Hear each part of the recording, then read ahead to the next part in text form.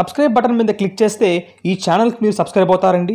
అలానే పక్కనే ఉన్న నోటిఫికేషన్ బెల్ ఐకాన్ని మీరు క్లిక్ చేస్తే ఎప్పటికప్పుడు నా వీడియోస్ మీకు అందుతాయండి. తెలుగు ప్రేక్షకులకు అలానే రైతు సోదరులకు నమస్కారాలు. నేను మీ ఆంధ్రప్రదేశ్ వెదర్మ్యాన్ సాయి పండిత్ని మాట్లాడుతున్నాను. నేను రాత్రి మనం చూసినాము, ఈరోజు మార్నింగ్ మనం చూసినాము, రాయలసీమ జిల్లాల్లో విస్తారంగా మనకు భారీ వర్షాలు అనేవి పడడం జరిగింది. ముఖ్యంగా తిరుపతి కావచ్చు, లేకపోతే నెల్లూరు జిల్లాలోని పలు భాగాలు కావచ్చు, కడప కావచ్చు, అన్నమయ్య కావచ్చు, అనంతపురము, అన్ని డిస్ట్రిక్ట్స్, ఆల్మోస్ట్ అన్ని డిస్ట్రిక్ట్స్లో మనకు వర్షాలు పడ్డాయి, కొన్ని ప్రాంతాలు మినహాయించి.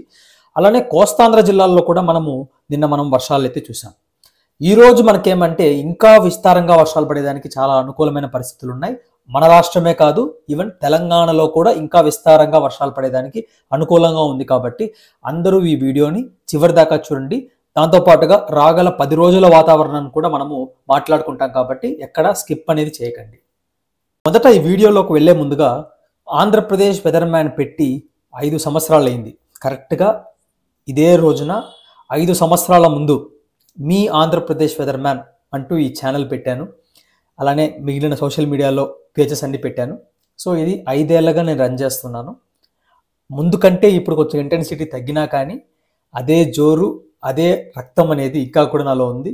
రానున్న రోజుల్లో ఇలానే కొనసాగుతుందని, ఇంకా మంచిగా అప్డేట్స్ ఇవ్వాలనేసి నేను మనస్ఫూర్తిగా కోరుతున్నాను. అలానే మీ ఆశీస్సులు చాలా ఇంపార్టెంట్, దాంతో ఇంకా బెటర్గా చేయగలుగుతానండి. అప్డేట్లోకి వెళ్తే ఒక్కసారి మనము రాయలసీమ జిల్లాల్లో నిన్న రాత్రి నేను రాత్రి తీసుకున్న శాటిలైట్ ఇమేజ్ ప్రకారం అన్నమయ్య జిల్లాలో విస్తారంగా వర్షాలు పడుతుంది నిన్న రాత్రి. అది మెల్లగా ఏమైందంటే ఈరోజు తెల్లవారికి ఇలా పూర్తి రాయలసీమ వ్యాప్తంగా విస్తరించి ఉంది. దాంతోపాటుగా వచ్చేసి రాయలసీమ జిల్లాల్లో మనకేమంటే ముఖ్యంగా అన్ని ప్రాంతాలు కాకపోయినా ఉత్తర రాయలసీమ జిల్లాల్లో కొంచెం తక్కువగానే వర్షాలు పడ్డాయి. అలానే మనము గాలుల విశ్లేషణను ఒక్కసారి మనం గమనిస్తే ఇక్కడ మనకు గాలులు వచ్చేసి మనకు బాగా ఈరోజు సాయంకాలం అలానే రాత్రి సమయాలలోకి ఉపరితల ఆవర్తన ప్రాంతము ఇలా మనకు మధ్య కోస్తాంధ్ర జిల్లాల్లోకి అడుగు పెట్టనుంది. అంటే సెంట్రల్ ఏపీలోకి అడుగు పెట్టనుంది. ఈ సెంట్రల్ ఏపీలోకి మనకు అడుగు పెట్టగా కేరళ అలానే కర్ణాటకలలో నుంచి బాగా విస్తారమైన గాలులను, అంటే బలమైన గాలులను మన రాయలసీమ వైపుగా, మన రాష్ట్రంలోని రాయలసీమ వైపుగా కిందకి నెడుతోంది. కాబట్టి విస్తారంగా వర్షాలనేవి వైఎస్ఆర్ కడప జిల్లా కావచ్చు, తిరుపతి జిల్లా కావచ్చు, నెల్లూరు జిల్లా కావచ్చు, దాంతోపాటుగా అన్నమయ్య జిల్లాలోకి ప్రవేశించే సూచనలు బాగా మనకు కనిపిస్తుంది. దాంతోపాటుగా వచ్చేసి ఉత్తరాంధ్ర జిల్లాల్లోని కొన్ని భాగాల్లో, అలానే మధ్య కోస్తాంధ్ర జిల్లాలు, తెలంగాణ రాష్ట్ర వ్యాప్తంగా వర్షాలు అనేవి ఈరోజు మనం చూసేదానికి చాలా అంటే చాలా అనుకూలమైన పరిస్థితులు ఉన్నాయి. ఒక్కసారి రెయిన్ఫాల్ మ్యాప్ బట్టి ఏ విధంగా మనకు వర్షాలు ఉంటాయి అన్న దాని గురించి ఇప్పుడే మనం చూద్దామండి. ఇక్కడ మనం తీసుకుంటే చాలా ఇంపార్టెంట్గా మనకు వర్షాలు అనేవి ఈరోజు రాత్రి అలానే అర్ధరాత్రి సమయంలో, ముఖ్యంగా రేపు ఉదయం సమయంలో కూడా వర్షాలు ఉంటుంది. ఏ ఏ ప్రాంతాల్లో అంటే కర్నూలు, నంద్యాల, అనంతపురం, సత్యసాయి, వైఎస్ఆర్ కడప, అన్నమయ్య, చిత్తూరు, తిరుపతి, నెల్లూరు, ప్రకాశం జిల్లాలోని పలు భాగాలు, అలానే పల్నాడు కావచ్చు, దాంతోపాటుగా ఎన్టీఆర్ జిల్లా కావచ్చు, గుంటూరు జిల్లా కావచ్చు, కృష్ణా, దాంతోపాటుగా మనకేమంటే ఏలూరు జిల్లా, అలానే వచ్చేసి పశ్చిమ గోదావరి జిల్లాల్లో విస్తారంగా వర్షాలు ఉండే అవకాశాలు కనిపిస్తుంది.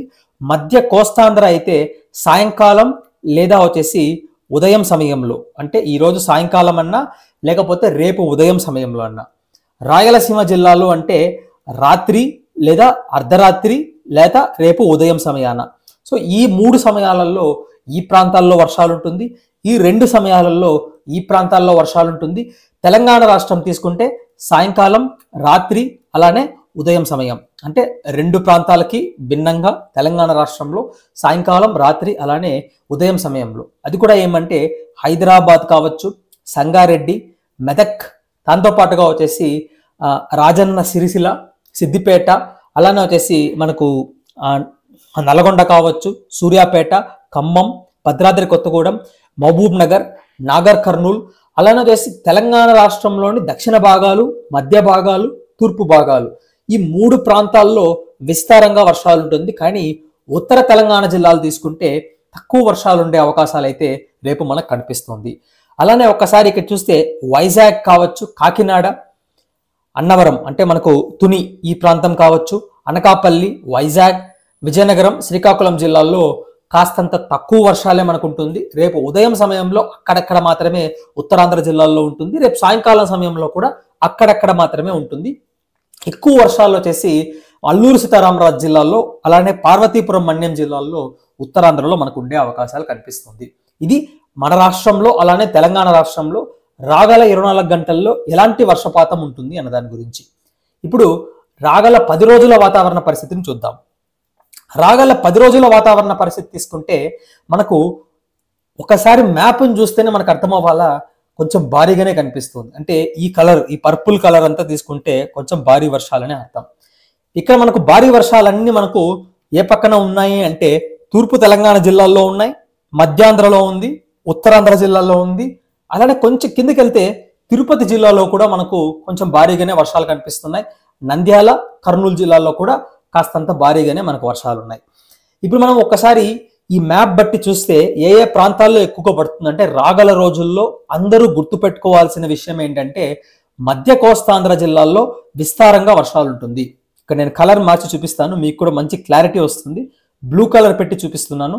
ఈ బ్లూ కలర్లో నేను గీసిన చోట వచ్చేసి అంటే మధ్య కోస్తాంధ్ర, విజయవాడ, గుంటూరు, మచిలీపట్నం, అలానే ఏలూరు కావచ్చు, లేకపోతే కోనసీమ, నరసాపురం, తూర్పుగోదావరి, పశ్చిమ గోదావరి, ముఖ్యంగా రాజమండ్రి కావచ్చు, కాకినాడ కావచ్చు. ఈ ప్రాంతంలో అత్యధిక వర్షాలు అంటే 100 నుంచి 150 మిల్లీమీటర్లు 10 రోజులలో. దాంతోపాటుగా వచ్చేసి విశాఖపట్నం నగరం, విశాఖపట్నం జిల్లా, శ్రీకాకుళం, విజయనగరం, పార్వతీపురం మన్యం, అల్లూరు సీతారామరాజు జిల్లా. అల్లూరు సీతారామరాజు జిల్లాలో ముఖ్యంగా అరకు వ్యాలీకి అవతల పక్కన ఉన్న ప్రాంతాలు అంటే ఒడిశాని ఆనుకొని ఉండే ప్రాంతాల్లో అతి భారీ లేదా తీవ్రమైన వర్షాలు అంటే 250 నుంచి 400 మిల్లీమీటర్ల వరకు వర్షపాతం. ఇలాంటి అసహజమైన వాతావరణం అనేది ఈ ప్రాంతాల్లో ఉంటుంది. గోదావరి నది ప్రవాహిత ప్రాంతాలు, ఇక్కడ మనం తీసుకోవాల్సింది ఏమంటే గోదావరి నదిలో ఒక బ్రాంచ్ అంటే సబరి నది కావచ్చు, దాంతోపాటుగా గోదావరి నది నుంచి వచ్చే 2 ఉపనదులు కావచ్చు. ఆ ఉపనదులు కూడా ఈ యొక్క పర్పుల్ కలర్ ప్రాంతంలో ప్రవేశిస్తుంది. కాబట్టి మన రాష్ట్రంలో ఉండే రైతులకు కానీ, మన రాష్ట్రంలో చేస్తున్న వ్యవసాయవేత్తలకు కానీ ఇది చాలా శుభవార్త అని చెప్పుకోవచ్చు. రానున్న రోజుల్లో, రానున్న 10 రోజుల్లో పడే వర్షాల వల్ల ఉభయ గోదావరి జిల్లాల్లోకి అంటే ఉభయ గోదావరి జిల్లా గుండా పారుతున్న గోదావరి నదిలోకి నీటి ప్రవాహం అనేది ఉండే అవకాశాలు అయితే కనిపిస్తుంది. ముఖ్యంగా తెలంగాణ రాష్ట్రంలోని కాళేశ్వరం కావచ్చు, లేకపోతే భద్రాచలంలో ఉండే మనకు రిజర్వాయర్లు కావచ్చు, అక్కడ నుంచి మనకు వెల్లువెత్తున్న వరద నీరు కానీ మనకు దిగువకు వచ్చే సూచనలు కూడా రానున్న 10 రోజులలో కనిపిస్తుంది. అలానే కృష్ణా నదిలో కూడా మనకు వర్షాలనే ఉంటుంది. ఎందుకంటే కర్ణాటక ఎగువ ప్రాంతాలు, మహారాష్ట్ర ఎగువ ప్రాంతాలు, ఎందుకంటే మన కృష్ణా నది మహాబలేశ్వర్ నుంచి ఇలా దిగువకు వస్తుంది. కృష్ణా నదికి ఉపనదులైన తుంగభద్ర కావచ్చు, లేకపోతే వేరే వేరే చిన్న చిన్న నదులు కావచ్చు, అవన్నీ కర్ణాటక రాష్ట్రంలో నుంచి ఆవిర్భవిస్తుంది. కాబట్టి ఆ ప్రాంతాల్లో పడే వర్షాల వలన కూడా మన రాష్ట్రంలోకి నీళ్ళు అనేది వస్తుంది. సో మన రాష్ట్రంలో ఉన్న రైతాంగానికి ముఖ్యమైన సూచనలు ఏంటంటే రానున్న రోజుల్లో మధ్య కోస్తాంధ్ర, ఉత్తర కోస్తాంధ్ర, తూర్పు తెలంగాణ, ఉత్తర తెలంగాణ, అలానే వచ్చేసి మధ్య తెలంగాణ జిల్లాల్లో విస్తారంగా వర్షాలు ఉంటుంది. దాంతోపాటుగా ఛత్తీస్గఢ్ని ఆనుకొని ఉండే ప్రాంతాలు, గోదావరి నదీ ప్రవాహిత ప్రాంతాల్లో కొంచెం మనకు భారీ నుంచి అతి భారీ వర్షాలు ఉంటాయి. కాబట్టి గోదావరి నదిలో వరద నీటి ప్రవాహం అనేది పెరిగే సూచనలు కనిపిస్తుంది. అలానే వచ్చేసి కృష్ణా నదిలో కూడా మనకు వరద నీటి ప్రవాహం పెరిగే సూచనలు రానున్న రోజుల్లో కనిపిస్తుంది. సో 2 విధాలుగా మనకు మన రాష్ట్రంలోకి నీళ్ళు అనేది వచ్చి చేరే సూచనలు కనిపిస్తున్నాయి.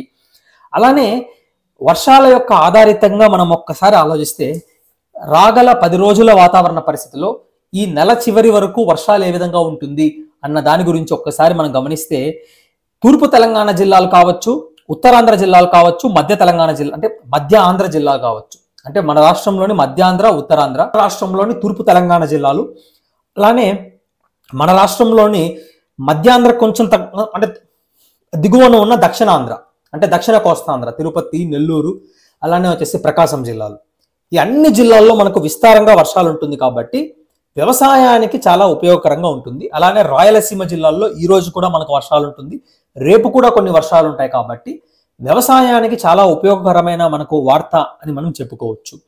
దాంతోపాటుగా కృష్ణా, గోదావరి నదిలో కూడా మనకు వరద నీరు అనేది దిగువకు వస్తుంది. కాబట్టి రైతులు ఎలాంటి ఇబ్బంది పడకండి. ఎందుకంటే ఇప్పుడు మనకు వర్షాలు పడట్లేదు అని గత కొన్ని నాళ్ళుగా మనకు వర్షాలు పడట్లేదు అనేసి రైతులు చాలా దిగ్భ్రాంతికి గురయ్యారని నాకు బాగా తెలుసు. కానీ ఇప్పుడు మనకు వచ్చే ఈ వర్షాలు అనేవి చాలా ఆశని అంటే రేకెత్తుతుంది. అలానే ప్రామిసింగ్గా అంటే మనకు పడతాయి అన్న ఒక కన్ఫర్మేషన్, పడతాయి అన్న ఒక నమ్మకం అనేది మనందరి గుండెల్లో ఉంది, నా గుండెల్లో కూడా ఉంది. సో డెఫినెట్గా ఈ వర్షాలు అనేవి మీ అందరికీ సమృద్ధిగా ఉంటుంది అనేసి నేను మనస్ఫూర్తిగా కోరుకుంటూ సెలవు తీసుకుంటున్నానండి. Thanks for watching this video అండి.